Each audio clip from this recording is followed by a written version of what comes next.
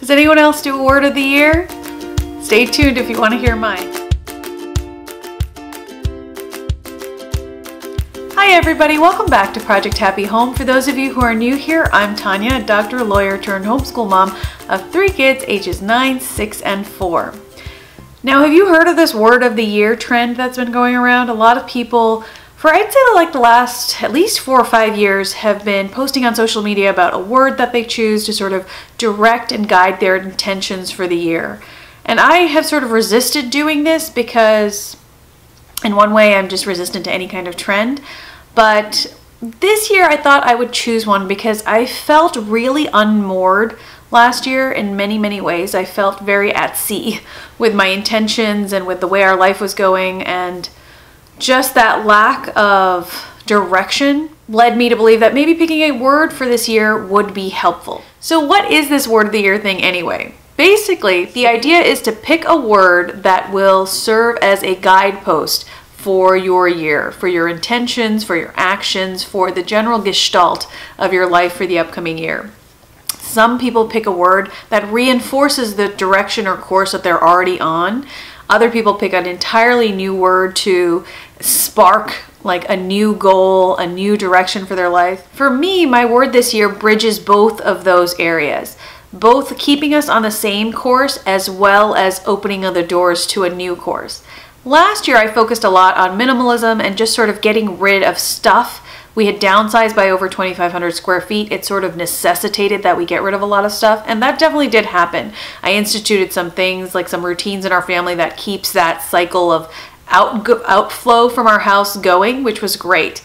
However, things kept coming in. Now, we're not huge shoppers, but definitely physical things still kept coming in. Another thing that happened last year that I was less fond of was that I started living as though we were still living in the center of town. We moved to the middle of nowhere, and I kept signing up for homeschool activities and things like museum visits and play dates as though we lived 5 minutes away from everything, which made my fall into a lot of driving and hurrying here and there and waking up children early, all things that I don't enjoy, and things that took away from the joy and laughter in our homeschool and in our daily lives together. So that is all to say that I wanted to continue my course of minimalizing physical possessions and things like that, but I also wanted to redirect my course in terms of living the life we actually have now in front of us, which is living out in the middle of nowhere in a smaller home, rather than pretending that we still live in the center of town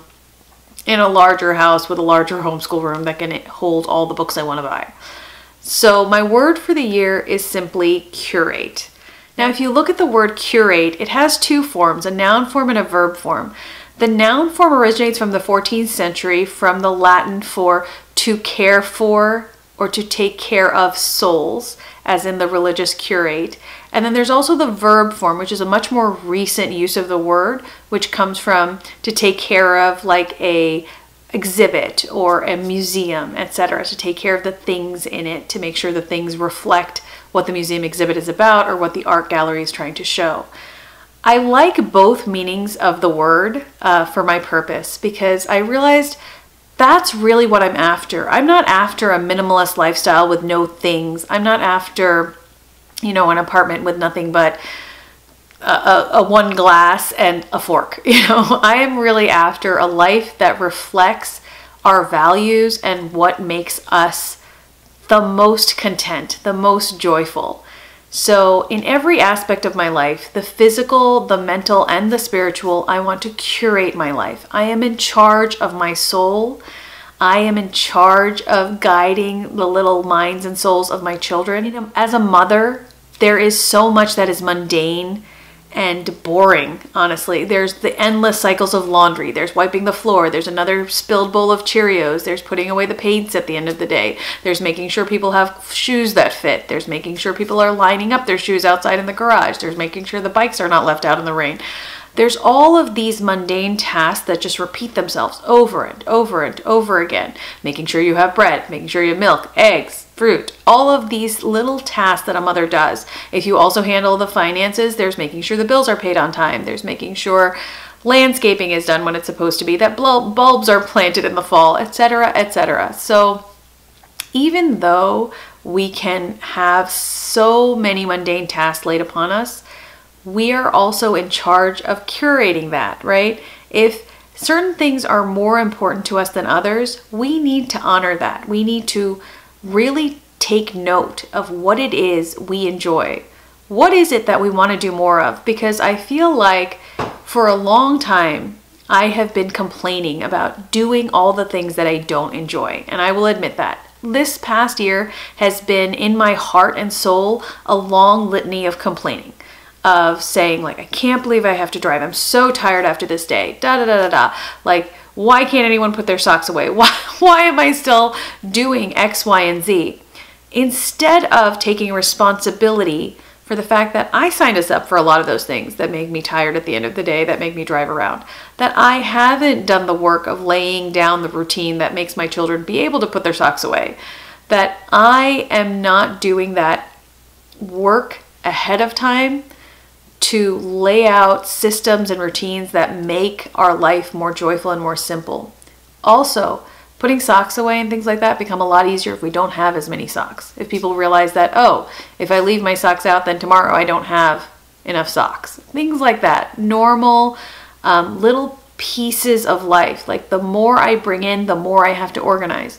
The more books I buy from a thrift store, the more books I have to put away. Sometimes when I go out into our garage, we still have so many things there that we haven't gotten rid of from our old, very large house, that I get worked up and anxious inside. So that physical decluttering is part of my word curating.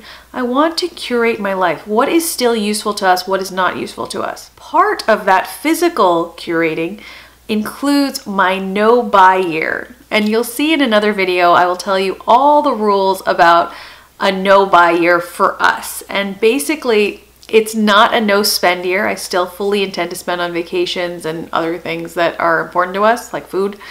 But I want to stop bringing in physical objects so that the outflow starts to show up more in a realistic fashion in our lives, so that our physical spaces start to clear at an even faster rate. Another thing I want to do for my mental decluttering, for my mental curating, is just to slow the influx of information that's coming in.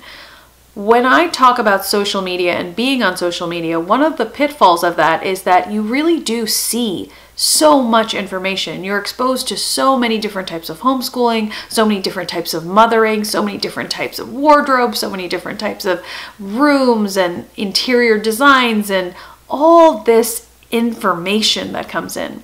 Now, I'm a researcher. I really enjoy researching. I like learning. If I'm going to paint a front door, for example, I like reading 20 blog posts on painting a front door and figuring out what way to me seems the most intelligent. I like looking at every single paint sample in the store and making sure that I bring home the 10 that I like best, comparing them in different lights. I will do all the things. However, I want to stop taking in so much information about things that are not important to me. So if I need to paint my front door, I should be looking at that information. But if I have no intention of painting my front door, I shouldn't fall into a blog post that is all about painting front doors, honestly, because it's taking up time and space in my mind at a time when it doesn't need to, at a time when it's distracting me from all the other things that I could be learning about that have impact on my life right now. So when we look at the internet and social media and just falling into information rabbit holes, that's one of the areas that I'm going to curate. I want to be much more intentional about what I am delving into and what I'm letting into my brain at any given time. In terms of my spiritual curating, I really want to look at my friendships. I want to look at who is important to me. Who am I important to? Which friendships enrich me? When I speak to them or when they call me, I pick up immediately, or I definitely make sure I call back. Who do I actually know well? You know, who are acquaintances and who are actual friends? Who are the people I keep in touch with because I feel that I should? And who are the people I keep in touch with because I definitely need to for my own happiness? Because they bring joy and meat and like impact to my daily life. And also on a spiritual note, I want to curate how I am guiding my soul and cultivating my own soul, because we can do a lot as moms about our children, and like we see a lot of their weaknesses and we see a lot of our weaknesses in them. But I think I need to spend more time literally just trying to soothe my soul and also nurture it like a plant. You know, motherhood is a stressful time for this plant that is your soul. It is. Your whole entire life before motherhood, you're just wandering around, becoming beautiful. You're growing your flowers, you're finding your freedom. You might find a husband or a fence to lean against as you grow, but you are growing pretty free of stress for the most part. There might be little stressors, you know, your job, your work, your schooling, but they're little stressors. When children come, there is a drain on your nutrient source. It's almost like you're growing up little plants around you, and now you have to spread this nutrient source amongst you. You know, you need to guide these little plants up. But if you don't take care of your own first soul, if you don't take care of your roots, your own leaves, your own access to sunshine and nutrients, then you get depleted and you can't give as much to your little plants, your little children, you know? And so I feel like I'm very bad at rest. I'm very bad at taking time to really actively feed myself. And so I want to do a better job of that this year, because I think it will lend itself to becoming a better wife and a better mother and a better friend and just a better all-round human being. So my word for the year is curate. I am in charge of my own soul. I am in charge of my own life, and I want to curate it and take care of the things in it and the people in it the best way I can. So I encourage you guys to find your own word. If you have your own word, share it in the comments down below. I would love to know what led you to choose that word and how it's going to guide your choices in 2019. As always, you guys, thank you so much for listening. I appreciate your time, and have a great day.